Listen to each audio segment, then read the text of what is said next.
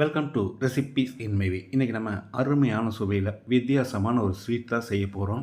சுட சுட தீந்து போகிற அளவுக்கு இதனோட டேஸ்ட் இருக்குது. கடைகளில் விதவிதமான ஸ்வீட் வாங்கி சாப்பிட்ருப்போம். ஆனால் வீட்லேயே ஆரோக்கியமான வகையில் இந்த மாதிரி ஸ்வீட் செஞ்சு கொடுத்தா எல்லாருமே விரும்பி சாப்பிடுவாங்க. குறைஞ்ச பொருட்களில் நிறைஞ்ச சுவையோட சுலபமாக இதை எப்படி செய்கிறது, இதுக்கு தேவையான பொருட்கள் என்ன பார்க்கலாம் வாங்க. பாத்திரத்தில் ஒரு கப் அளவுக்கு நாட்டு சர்க்கரையை போட்டுக்கலாம். இதுக்கு பதிலாக வெல்லம் கூட சேர்த்துக்கலாம். சர்க்கரை எடுத்த அதே கப்பில் ஒரு கப் அளவு தண்ணி ஊற்றி கரைச்சி விட்டுடலாம். கரைஞ்சா மட்டும் போதும், கொதிக்க வேண்டியதில்லை. நல்லா கரைஞ்சிருச்சு. இப்போ ஸ்டவ் ஆஃப் பண்ணிவிட்டு ஆற வச்சிடலாம். பவுலில் ஒரு கப் அளவுக்கு கோதுமை மாவை போட்டுக்கலாம். அதே கப்பில் அரை கப் அளவுக்கு ரவையை போட்டுக்கலாம். 1/4 கப் அளவுக்கு மைதா மாவு. மைதா வேண்டாம்னு நினச்சிங்கன்னா 1/4 கப் அளவு கோதுமை மாவை போட்டுக்கோங்க. மிக்ஸி ஜாரில் 2 டீஸ்பூன் சர்க்கரையை போட்டு 6 ஏலக்காயை போட்டு பொடிச்சு வச்சுருக்கேன். இதை போட்டுக்கலாம். சர்க்கரையை தண்ணி ஊற்றி கரைச்சி வச்சுருந்தோம். இதை ஊற்றிடலாம். இது எல்லாத்தையும் கட்டி இல்லாத அளவுக்கு நல்லா கலந்து விடணும். இந்த ஸ்வீட் திகட்டாமல் இருக்கிறதுக்காக 2 பிஞ்ச் அளவுக்கு உப்பை போட்டுக்கலாம். உப்பு சேர்த்து கலந்து விட்ட பிறகு 1 மணி நேரம் ஊற விட்டுடலாம். அப்போ தான் ரவை நல்லா ஊறும். 1 மணி நேரம் ஊற விட்டுருந்தோம். இப்போ பார்த்தீங்கன்னா இது கொஞ்சம் கெட்டியாக இருக்குது. இப்போ ஒரு 1/4 கப் அளவுக்கு தண்ணி ஊற்றி நல்லா கலந்து விட்டுடலாம். இட்லி மாவை விட கொஞ்சம் லூஸாக இருக்கணும். தோசை மாவை விட கொஞ்சம் திக்காக இருக்கணும். இந்த பதத்துக்கு இருந்தால் போதும்.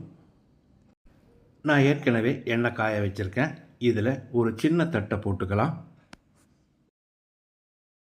ஒரு 10-15 செகண்டுக்கு பிறகு இந்த தட்டை ஒரு ஓட்டக்கரண்டியால் எடுத்துக்கலாம். தட்டில் கொஞ்சம் எண்ணெய் இருக்கணும்.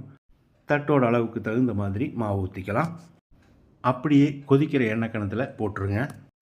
நம்ம ஒன்றுமே செய்ய வேண்டியதில்லை, அவரே தானாக மேலே வந்துடுவார். இந்த மாதிரி பூரிக்கு எண்ணெய் தெளித்து விடுற மாதிரி தெளித்து விடுங்க.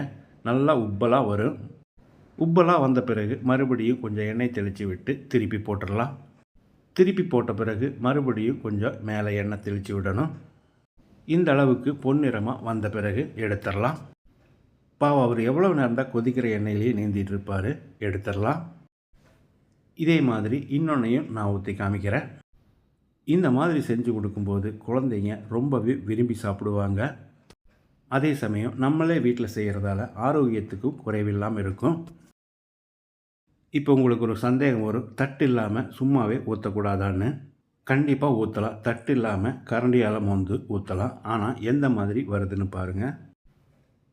இந்த மாதிரி வருங்கிறதுனால தான் நான் தட்டை வச்சு ஊற்றி காமிச்சிருக்கேன். டேஸ்டெல்லாம் ஒரே மாதிரி தான் இருக்கும். ஆனால் பார்க்குறதுக்கு தான் வித்தியாசமாக தெரியும். ரவுண்ட் ஷேப் இல்லாமல் வேறு வேறு ஷேப்பில் வரும். இதை நீங்கள் எத்தனை சாப்பிட்டாலும் திகட்டாது. ஏன்னா கொஞ்சமாக உப்பு சேர்த்து கலந்துருக்கோம். ஓரங்களில் கிறிஸ்பியாகவும் நடுவில் பஞ்சு மாதிரியும் மிருதுவாக இருக்கும். கிட்டத்தட்ட நம்ம ஊர் கச்சாய மாதிரி தாங்க. அருமையான சுவையில் நம்ம ஊர் பானையில் நான் செஞ்சுருக்கிற இந்த மால்புவாவை இதே மாதிரி இதே அளவுகளோடு நீங்கள் செய்து பாருங்கள். இந்த வீடியோ பிடிச்சிருந்தால் லைக் பண்ணுங்கள், கமெண்ட் பண்ணுங்கள், ஷேர் பண்ணுங்கள். சப்ஸ்கிரைப் பண்ணாதவங்க சப்ஸ்கிரைப் பண்ணுங்கள். மறக்காமல் பெல் பட்டனை கிளிக் பண்ணுங்கள்.